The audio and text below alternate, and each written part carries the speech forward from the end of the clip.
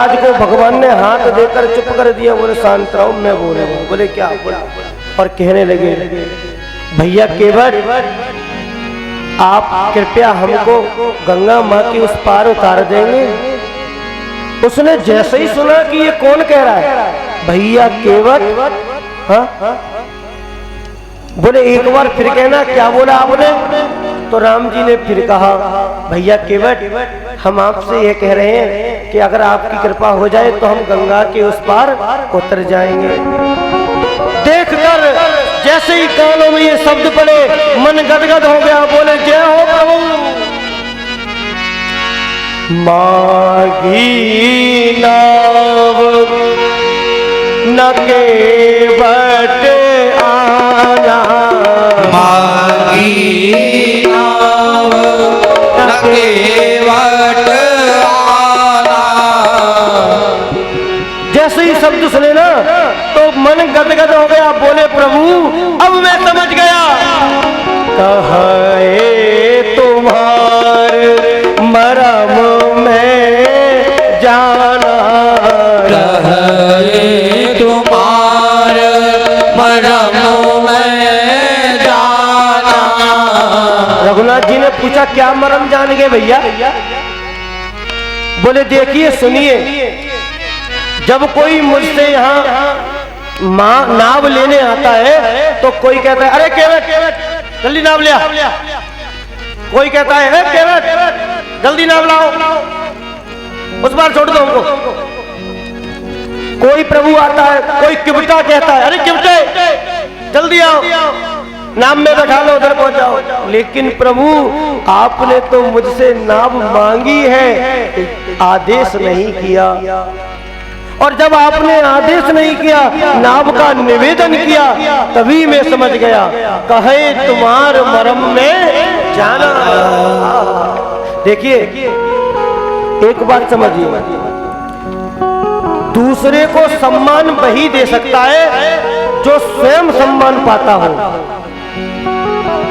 जो स्वयं सम्मान पाने का आकांक्षी है वही दूसरे को सम्मान दे सकता है, क्योंकि वो जानता है कि सम्मान कोई ऐसी वस्तु नहीं है जो कहीं से खरीद ली जा सके। वह जानता है सम्मान व्यक्ति का आभूषण होता है, और वह आभूषण सहज में नहीं मिलता साहब, बड़े जतन करने पड़ते हैं तब वह सम्मान मिलता है। और सम्मान तभी मिलता है जब आप विनम्र होते हैं। श्रद्धा बानम लभते ज्ञानम, भगवान गीता में कहते हैं ज्ञान की प्राप्ति उसे ही होती है जो श्रद्धावान होता है, विनम्र होता है। हाँ? घमंडी के लिए कभी ज्ञान की प्राप्ति नहीं होती, और होती भी है तो उसके ज्ञान कोई मतलब नहीं है, अर्थ नहीं है। आप दर्शन कीजिए, जब भगवान शंकर ऋषि कुंभज ऋषि के यहाँ गए कथा का श्रवण करने, तो नीचे बैठकर कथा सुनी है और जाकर हाथ जोड़कर प्रणाम किया है। ये भूल गए कि हम तीनों लोकों के स्वामी हैं, शंकर हैं। शंकर जगत बंद जगदीशा, सुर नर मुनि सब नावत सीसा, सब भूल गए। आज भगवान देख रहे हैं उन ऋषियों में। ये विनम्रता की पहचान है। जब तक आप में विनय नहीं है, नम्रता नहीं है, तब तक आप पर विद्या आने वाली नहीं है। और जब आप पर विद्या आएगी तभी आप में पात्रता आएगी।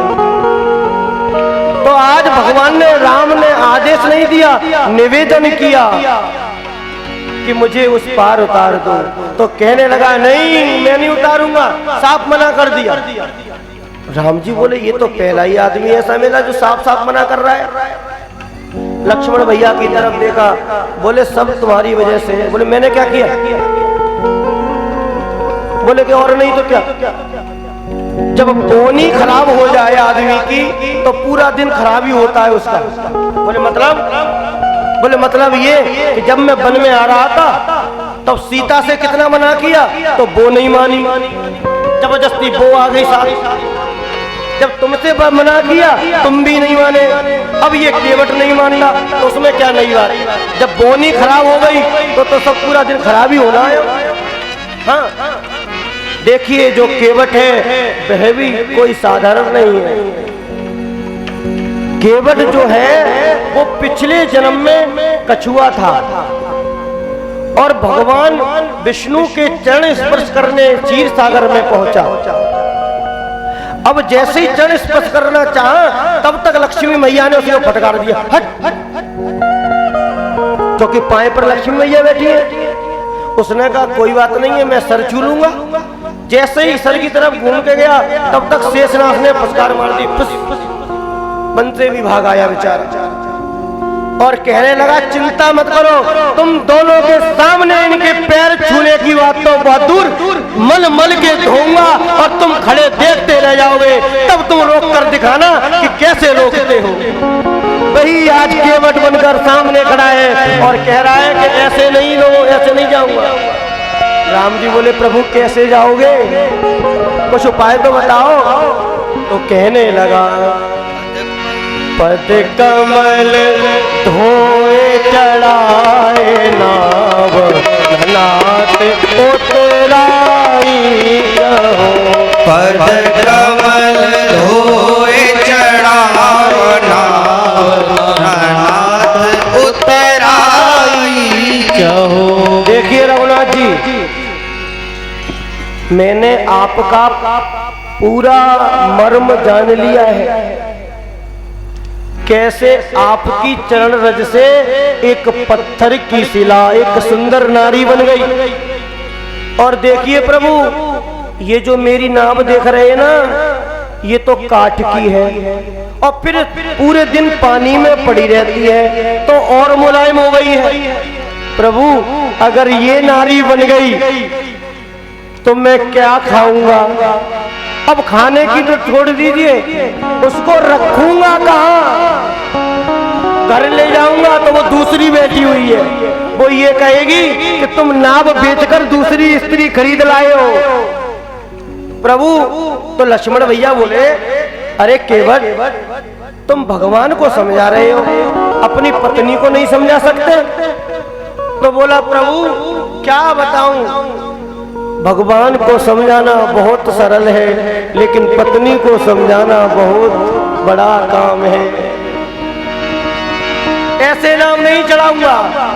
देखिए एक काम हो सकता है। बोले क्या, पहले मैं आपके चरणों को धोऊंगा और धोने के बाद उसका चरणामृत से पान करूंगा, अगर मुझे कुछ नहीं हुआ तब चढ़ाऊंगा। और सुनिए, मैं ये झूठ दे रहा हूं आपको कि आपसे उतराई भी नहीं लूंगा।